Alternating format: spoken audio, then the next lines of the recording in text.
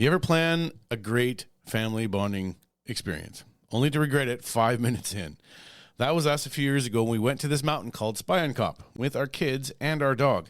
In my head, it was going to be an epic adventure. Fresh air, breathtaking views, and quality time. In reality, it was just straight, pure chaos. I charged ahead because I loved the challenge. My wife, she was trailing behind, giving me that look of just straight, pure regret. One kid complained about literally dying. Another declared war on nature and all the bugs. And the third was aggressively attacking a tree with a stick. Then we came to the spot where we thought was the top of the mountain. But nope. I turned, ready to continue, only to find my wife sitting on a rock, kids sprawled around, and she looked at me with this deep anger and said, "This was your idea, fix it." And that, my friends, is experiential intimacy. We push through. We laugh at the chaos and survives all of life's weird experiences. So today, we're talking about how shared experiences, whether it's hiking, it's traveling, or just getting everyone out the door on a Sunday morning for church, how those experiences bring you closer together.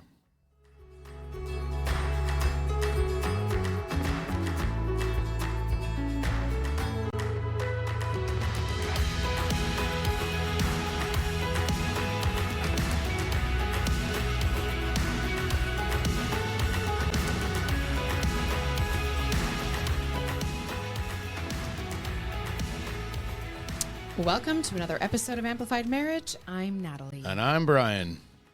Wherever you are, whatever you're doing, you hear us say all the time, grab a tea, grab a coffee, get comfy, cozy. We're so glad you joined us for our chat today. In case you missed last week's episode or this last episode we did, we talked about intellectual intimacy, how connecting through the same ideas or sharing things, sharing ideas and sharing conversations and building that meaningful relationships, how important they actually are, how understanding each other's opinions really matter, even if you don't agree, and just how those things actually spark a conversation, but also bring up mutual growth for both of you in the relationship, especially when you know each other really well. So today we are talking about what, even through the opening, what experiential intimacy is. And I remember, before we move on, I just remember we have my brother-in-law and my sister. They do a really good job of always dating. And it's something that we actually, you and I, had to work really hard At being intentional at. Dating. We were happy not to date until we started dating. Then we realized how much we missed by not being intentional. Hold it.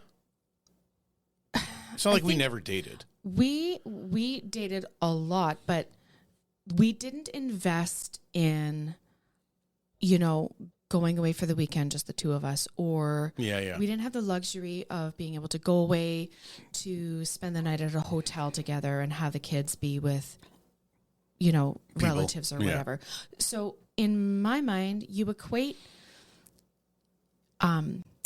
intentional time together with stuff like that. And I would almost belittle the things that we were doing. So we didn't have those, right? Like we didn't have the money to be able to do those things, for one. And two, we had no one to watch the kids. Our kids were little. Yeah. So we had to be creative. And, you've heard us say lots of times in our podcast, we are, driving around in our car with a coffee and the kids are in the back and we're just talking. Or McDonald's ice cream. Or the kids are on their bikes and we're going for a family walk, but the kids are just a little bit in front of us on their bikes so that we can have some intentional quality time moments. Right. So we did that, and we did that very well. But what we didn't see the value in, that's a good way, was just how important the other stuff was too. And it didn't have to be expensive. Yeah. But just, we couldn't see it until we experienced it. Right. And so even when we're talking about experiential intimacy, what does that look like? We've talked about intellectual, emotional, physical, which isn't sex, but just the different types of emotional. And it's something that couples create through shared activities. Like straight up, Natalie and I play pickleball. Mm-hmm. We don't play particularly well, but enough. But we play with our friends, and it's a chance for us to get out. And it's really one of those moments where you find out how competitive you are and how gracious you are to each other when something doesn't go right. It's a great sport. If you haven't tried it, It's a lot of highly fun, recommend it. but it includes you finding things, and you heard us talk about this a lot, about common things that you can do together. Right. And Natalie and I are very different people. We like different things. She's a woman, I'm a man. We don't have the same interest, and No. I like just different things, technology and video games and movies and just different types of things. And so we had to find some things that we did together, and that one we could do with just us two. Yep. And that's why we did the McDonald's ice cream dates, but also finding things that we could do with our kids that were Right. good. But we're going to focus just on things that we did together. And we never even really, like, even we're talking about experiences. Like, I'm not talking about just doing the dating thing. I'm talking about there's something to be said for doing an adventure, like a travel adventure that we never really experienced until when? 2022? I think it was 21 years into our marriage before we actually went on a holiday, just the two of us, where we weren't, going to a city where we had family and then staying with family, and it's not really a vacation. We're not talking about that. Like our first leave the kids at home, leave the country, go. We went on a cruise. It took 21 years to get there. to finally Took be a like, long- we can do this. Took a long time to get there. And quite frankly, there was some guilt. There was some guilt that we were leaving our kids behind because I don't think that's a we thing. I think that was a you thing. I felt some guilt. I was so, our kids were older. I know. And it's like, they would have loved this, and they would, right? They were old enough to be able to experience how much this cost and all of that and be grateful for it. And so there's things that were like, yes, we absolutely, when we were on the cruise, it was one of those, it was a honeymoon we never had. It was, things that we had talked about wanting to do that seemed so far off and never would be a reality. Right. Finally there. Yeah. And I don't regret not taking my kids, but I know that there's going to come a time where we will all go on a family adventure like that. Yeah. And I think that that's awesome. And I think that what we realized, I wish we would have learned really soon, way sooner, was the value of those things, like saving the money and then being able to go away and do those things. Right. But there's, even as we're talking about, there's like two different types of things. There's like the experiences that you have every single day, which the problem with just living life, doing the church thing, or if you're not a church person, doing the social events, and it can become really routine. Yes. Right. And we're talking, those are good things as long as you don't let them get familiar and to the point where it's just, we have to do that. This is an obligation. Yeah. But the other part of it is doing things that are new, that are something you can experience together, like traveling. Right. Traveling to new places. Like when we went to Florida, we went with my brother-in-law, my sister. But we wanted to go to a place that Jeremy had never experienced because he had never been there, but we wanted to all experience the same thing together. Yeah. And so Natalie and I had never left the country together. Well, we've driven into the States once or twice, but we never really left anywhere on a plane to go into a while. And so we want to experience things together. But what is the thing that you can do that's outside of the normal routine that you can do that's even in your own town that actually creates experiences? Like we have that $100 pass to go kayaking this summer. Yes. Kayaking? We can or do the kayaking, other thing? we can that's do right. paddleboarding or whatever. The electric bikes or whatever we want to do. So we're going to utilize that this summer. But it's trying new things together. It's even if you're driving. Oh, we went rock climbing. Yeah. That was fun. We've done rock climbing. We've done hiking in some weird places over the years.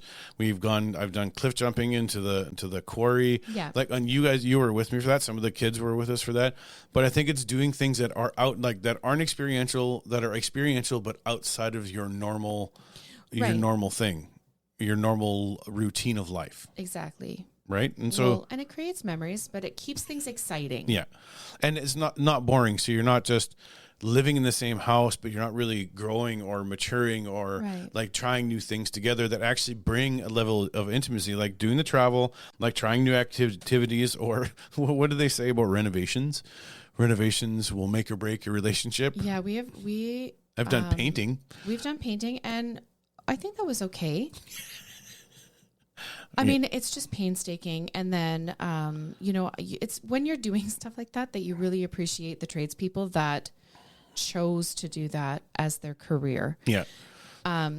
Because there's an art to, It's not just slapping Everything. paint on a wall, right? Well, There's a technique and there's all of that, and Yeah. it's time consuming, and it, having to wait. None of us are patient, so having to wait for the paint to dry enough time to go over it with a second coat. And the idea of it at the time sounds great, and sometimes the execution is a whole different reality. Hence the opening with Spion Kop. Right? Like, we thought that Spion Kop was going to be a really good bonding moment for Natalie and I and our family, and it turned out it was a good memory afterwards. It was terrible during. Yes. Well, And to the mountains' defense, you're not going to defend Spion Kop. there are 2 entrances to Spion Kop. We did not know that. And so we just followed Google Maps to the first entrance And ended up, and deeply, deeply regretted it. it was like essentially from the bottom, like, and straight up. How I would think it was probably at times like an 8 to 10% grade. I don't know what it was, but Natalie kept on calling it Devil's Mountain or Hell's Mountain. It was, when you can tell at one point there was water flowing down there because it looked like a dry riverbed on the side of a mountain, if you can picture that, where we're literally hanging onto roots and whatever to propel ourselves forward. I up don't the think it mountain. was that severe. You don't get an opinion in this because this was your idea. Wow. But, all these years later, we still talk about it. We still laugh about it. The kids, it's a fond memory of theirs. And we had one, our dog was there, Molly. And our dog was had there. the time of her and life. She loved it. And I have to say, it was 35 degree heat. And we live in a semi-arid desert. So you can imagine how unhappy all of us were. And also, I don't mind the heat. And I enjoy that part of it. And you It was guys awful. just hate it. It was super funny. So it was super funny. We say that now. But even the things like, there's one thing that Natalie and I do, because I'm a pastor, but even before I was a pastor, is that we always volunteered for events and things at the church. And now I'm a pastor. I still not all of my time is like just right. pastor stuff. I volunteer for some of the things that we do, but there's something about you both serving together in the same place. And in our case, sometimes I get to serve with my kids in these areas, but Natalie and I get to serve in different areas of the church. One of my favorite things to do at church is just to greet people. I'll be standing there. Sometimes Natalie will be there with me, and we'll just be greeting people as they come in. And it's an opportunity to meet people, to connect with people, but it's one of my favorite things to do. Like this last year, Volunteering at a soup kitchen, Yeah, or pregnancy care center. That's what we do. and then this last year we built things for our church called Bright Christmas, which was just boxes of food and finances and resources for families inside of our church and in our community.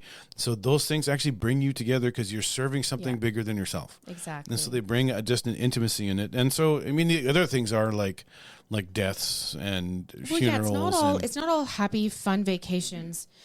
Is the only experiential formats that will create intimacy. But Right. I mean, I can really recall numerous times where there have been tragedies or disappointments Right. or whatever that, almost have the opportunity to divide Right. and to create wedges in between you and your spouse. Which can happen And with it probably does- any situation. Exactly, right? But it doesn't have to. And one of the things that we've worked really hard at and be really intentional is in those moments where it's out of your control to never point the finger to the other person. Yeah. Right? Like, That's right. I was just thinking of 2 failed businesses that we had. And I say we because we're a team and You were in it with me. we're in it with you. And, we had established from the very beginning that should this go south and should this not work out, this is not going to be then where I switch sides and be like, this is your fault and da da da Right. da da. Yeah. Did I voice concerns when I had them? 100%. Yeah. But at the end of the day, I trusted you. Right. And I know that you would never steer our family knowingly into a Intentionally. situation that would create financial ruin or anything like that. Right. That is not who you are. And so though I was like, I had some apprehensions, I was like, okay, I'm, my typical self is very skeptical of everything and everyone. And so maybe I'm just viewing that through that lens, and that's not fair either. So and things did go south, both times. Yeah. And it was one of those things where, it was it was a prime setup to be able to be like, yeah, I told you, and you never listen, and da da da da da. It just never entertained the thought to go there. We're in it together. So if we're succeeding together. And if it's a time for a lesson to be learned, then we're learning the lesson together. Right. And like, even I like that you brought that up. It's not just the extra experiences you do, because like a death is outside of normal routine. Yeah. Marriages are outside of not everyone's getting married every day, so that's an outside of normal routine. Job loss, extended family struggles. We've experienced a ton of that. That's been a real struggle. We had business issues. We've not lost it. We had a miscarriage, and that brought us closer together rather than further. And then you got the positives, like you do for the first time together. Like we did our first cruise together. We did Disney with the kids together, and then we went to Florida together with the kids, and my brother and my brother-in-law, my sister. And so there's lots of first experiences, but there's a benefit that comes with all these things. And I would say that you're not trying to overload your marriage with good things, so that when the time comes, you can look back and be like, look at all the good things we did. Right. And say that outweighs the bad. We should stay together when things get tough. I'm just saying that these things actually lead to a place where you look and you're like, these are good things. This is the fun we have, the laugh, the crying together, all of that stuff matters, and it actually builds into your relationship. And that's the benefit of doing that type of having experiences together, but making every opportunity, positive or negative, good or bad, routine or not routine, as a part of, how do you look at, what's your perspective on this? Is this going to break us, or is this going to bring us together? Well, and I think right there, having that conversation, what do out of positive experiences, because, just because you're on vacation doesn't mean that, there isn't bickering, or there isn't arguing, or there isn't things that come up, to like kind of put a damper on your fun. Right. Yeah. Well, conversation was like, what is our goal in this? Are we going to work through it quickly so that we can move past this and then continue on with the fun stuff? Yeah. And then on the negative side of it, are we going to work together through all the feelings, work together through the negativity or the disappointment or the grief? Yeah. Work through that, not so that you can then just, and the next day move on to greater fun.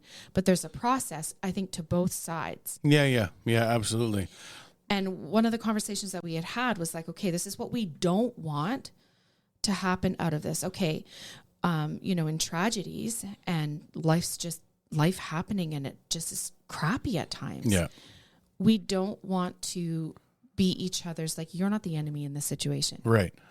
And we really have to be intentional about remembering that when it pops up. Yeah. And have the conversation about what is our motivations for how we articulate, and really kind of break it down. And it sounds like a lot of work, but it is a lot of work, but I would say that, and I bet you there's other people that had the same issue. We fought over a lot of the little things that actually were divisive to us, that were like brought us close to divorce early on in the marriage. We fought a lot. We struggled through some of the relationships, through some of the communication, through the struggles. But the one thing we didn't struggle with is whenever there was a big issue, like I would say external issue coming in, we actually came together really well in those moments, which actually helped us get through some of the less important stuff. When you have a big thing happen in your life, like a death or something like that comes along, and you have to just face it, or sickness or something, you have to face these things.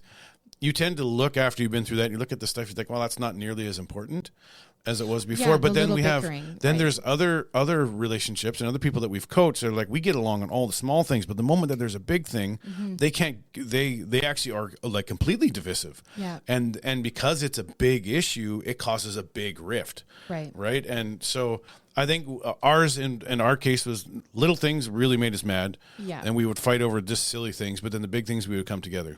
That's right. And, and we lump this in with experiences because it's not, though it's some of the stuff isn't happy. Yeah. You're still experiencing it together. Right. And so we capitalized on that Yeah. of allowing the communication to remain open in those times so that one of us didn't shut down. But that was also quite a few years in after we had to work through some things and learn some tools and had some good friends That's that were right. pointing stuff out. And like it takes a while. And that's one of the things we love about doing this podcast is that we want to teach people the tools to be better sooner and not Right. wait until we're right in the middle of dire straits. Yeah. Our relationship is on the rocks. What can I learn now that's actually going to help me grow? We want, Right. no, we want you to learn it now so that it can help you later. Right. This is our experience. Yeah. And you might listen and have like a totally different idea. And I think that that's great. And please share it with us Yeah. because I think the more tools that we can help each other with for things like this, Yeah.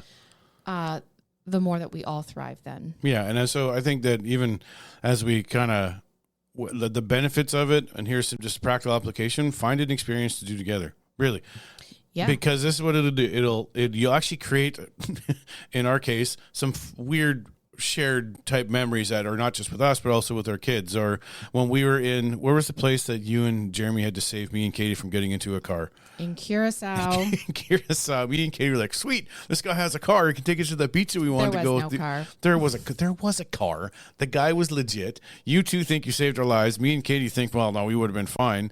But what's the memory? We never ended up getting in the car because Katie and Jeremy, or Natalie and Jeremy. That's right. But when we think about it later, or we're We back, still talk about we it. still talk about it. Like, hey, do you remember that time that we saved Katie and Brian's life? We're like, Boneheads. that's not whatever. Yeah, boneheads. That's not at all what happened. But it was. creates it creates a shared memory that's Shared actually experiences. that's funny 100%. that you can think back, and that actually brought us like. I don't think in the moment you're like, oh man, I bet you this memory is going to bring us closer together. No. But you think about it later, when and you you're like, reflect on it. you reflect on it. You're like, well, it actually will. And we had a lot of that trip was just epic. We had a lot of great laughs. A lot of funny things happened on that trip. Yeah. But But those are the things. Well, some of that was out of our control. Yeah, even. oh, yeah. But some of those things, you know, when you're planning good experiences together, you're not planning for things to go things wrong. to go wrong. Yeah. And what you do in the moment when they do kind of have the, you know, something goes a little bit weird is just as equally important as the stuff that comes at you when you're not expecting it. Yeah. And actually, it's in the negative when something goes wrong that actually shows the type of relationship you have. Mm-hmm.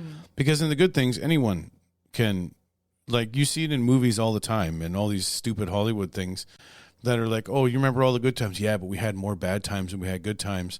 And that's their barometer for their relationship. And I encourage you in that, write it out. Because oftentimes, this is just a sidebar, perspective can be skewed by circumstantial information coming Right. at you. And there have been years where it just seemed like it was one catastrophe after another, after another, after another. And it can feel like this is all that this year had to offer. Right. And sometimes it is what that year has to offer. And it was really helpful to write it down. Write down I love doing this, writing down a timeline.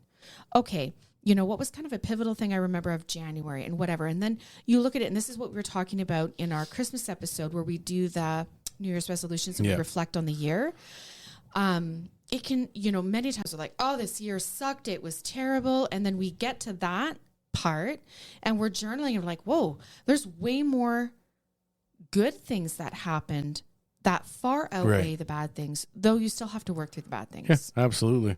And so it creates shared memories. You actually build a stronger bond because you had to fight through the good and through the bad. Mm-hmm. It's interesting how when you're in the middle of these moments and things are going on and you look at it after, how much happiness or joy or laughter it can possibly bring you. Those are good things. Those aren't Yeah. bad things. When you look back and you laugh at something, that's a good thing. You grow closer because you did something where you stepped out of our comfort zone. We had never been on a cruise. We had been around all kinds of new people, new cultures, which I Right. just loved, thought it was fantastic. Meeting all kinds of new people, sitting at table with people that we didn't know, sitting on, doing all those things, just Yeah. having a good time, and you're just out of the comfort zone. Or hiking up Spion Kop is out of the comfort zone. Or when we've done rock climbing, out of our comfort zone. Right. Like these things that we do together, and it provides opportunities for you to actually know each other better and understand each other better.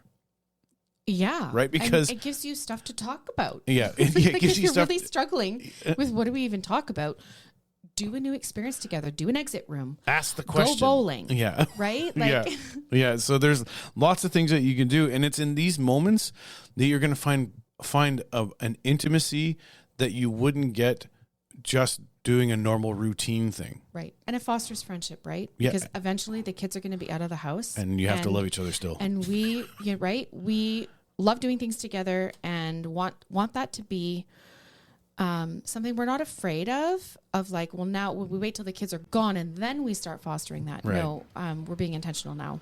So what we're saying is go out there and try new things, experience new things. Exactly. And then how you look at the routine and how you look at the new things, but also how you look at the negative and the positive, the hard and the easy, the Right. fun and the not so fun. How you Yeah. look at those things will 100% matter. I would say this is the one thing takeaway. Find something that gets you out of your comfort zone together and experience that thing together. And I think that I know that it will grow the both of you into loving each other more and deeper if you let it. That's right. Right? If you let it. So if you like this podcast, and we know that you do, it means a lot when you let people know about it, you share it, let people know on all the social, but you can let people know about Amplified Marriage. That was hard. You can follow us on Instagram and on Facebook. If there is a topic or a question Or a suggestion. which we love, or anything that you would like us to talk about, please email us at amplifiedmarriage@gmail.com. And as you hear us say every single episode, we believe this about your marriage, that it can be reset, Refreshed recharged. and restored. Thanks for listening. Talk to you soon.